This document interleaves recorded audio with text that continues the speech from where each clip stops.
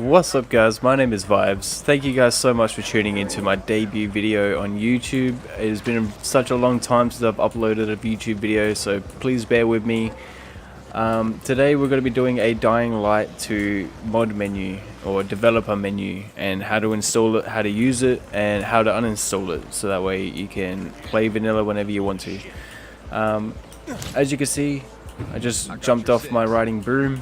It is an item that you can get from the mod menu itself, or developer menu. I keep calling it mod menu.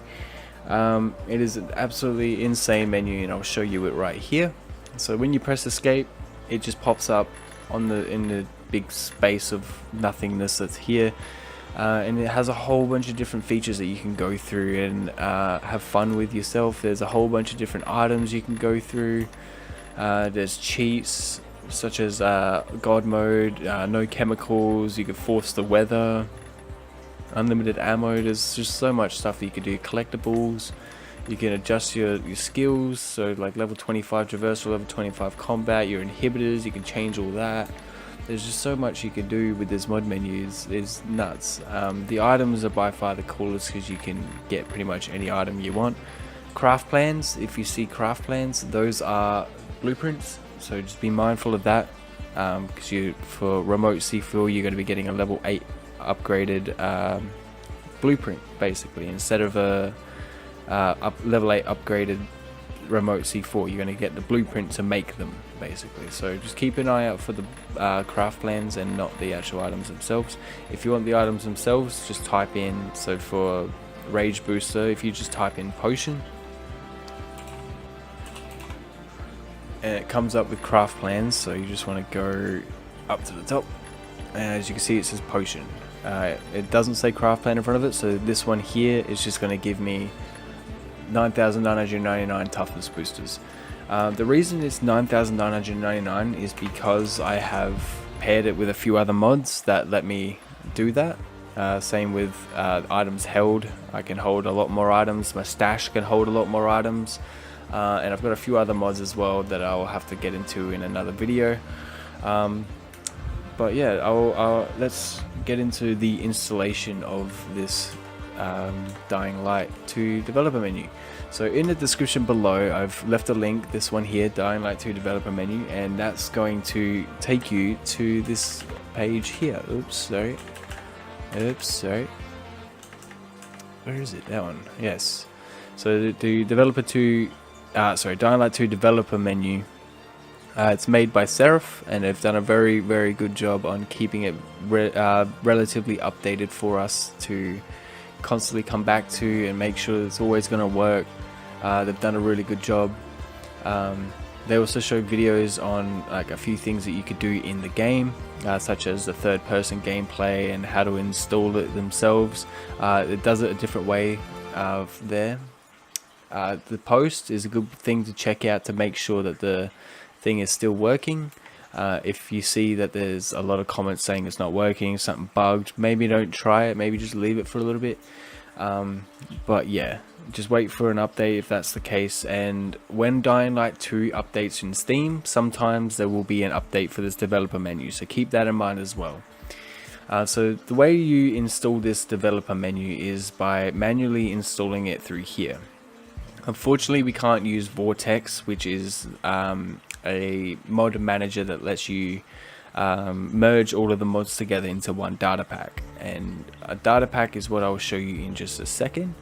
I'll open this up and I'll go to my desktop.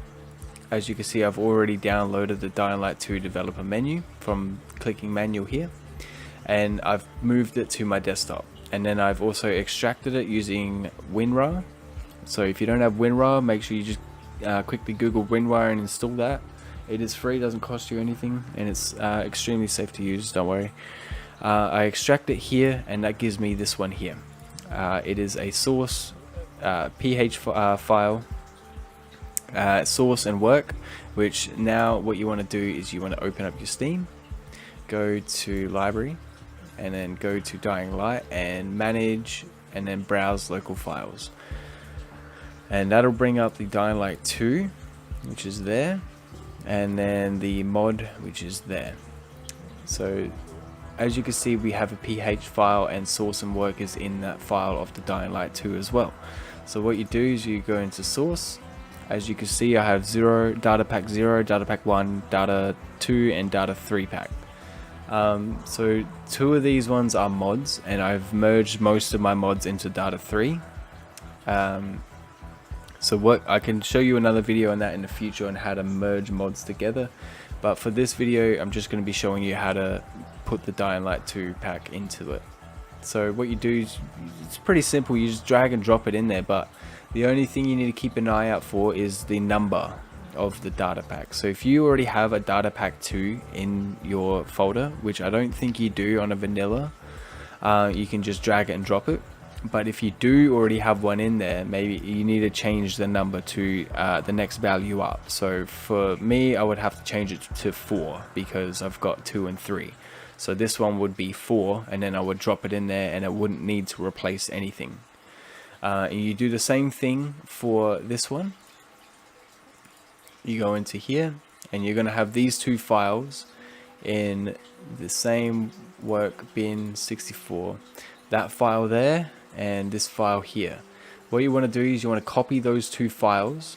They're exactly the same as these ones, they just, this one's contains different stuff to these ones. So you want to copy that one and put it into somewhere safe, so that way you've always got a backup in case something goes wrong. If in the case something does go wrong, what you want to do is just go to Dying Light 2, go to properties, go to local files and verify integrity of game files. And what that will do is it'll just make sure that all the files that Dying Light has in its folders is all legit, and will reinstall any sort of files that it may need. And that way it saves you having to uninstall the game and reinstall it just to, you know, get everything working again. Verifying integrity should do that for you. But once you've done that and you've got all these 2 done, and you've copied and pasted everything from here to here, and you've saved that and that into somewhere else, so that way you can come back to it, that's pretty much it. That's the mod menu installed. And if you want to uninstall it, just grab the 2 original ones that you got from here and then just tuck them back into here and just remove the data pack that you had, or replace the data pack with the original one that you had on there, and it should all work fine. Once you've done that, you should be good to launch Dying Light 2, and when you launch it, your developer menu should be here, and it'll just give you so many options of things you can do, such as a ton of different weapons. You can increase your skills, and yeah, you can also, like I said, you can pair it with a bunch of different weapons, and I'll show you guys how to do that in another video. I will link it in the comments below in a pinned post, so that way if it's up and you're seeing this by then, you should be able to use it. Use the video to your advantage, I guess. I don't know. But yeah, I hope you guys enjoyed anyway. Please leave a like and subscribe. It would mean the world to me, as I am literally just starting out. This is my first video, so it would really help me out a lot if you did leave a like and subscribe. Get this video out there a little bit more. And yeah, I will see you guys in the next video, I guess. Peace.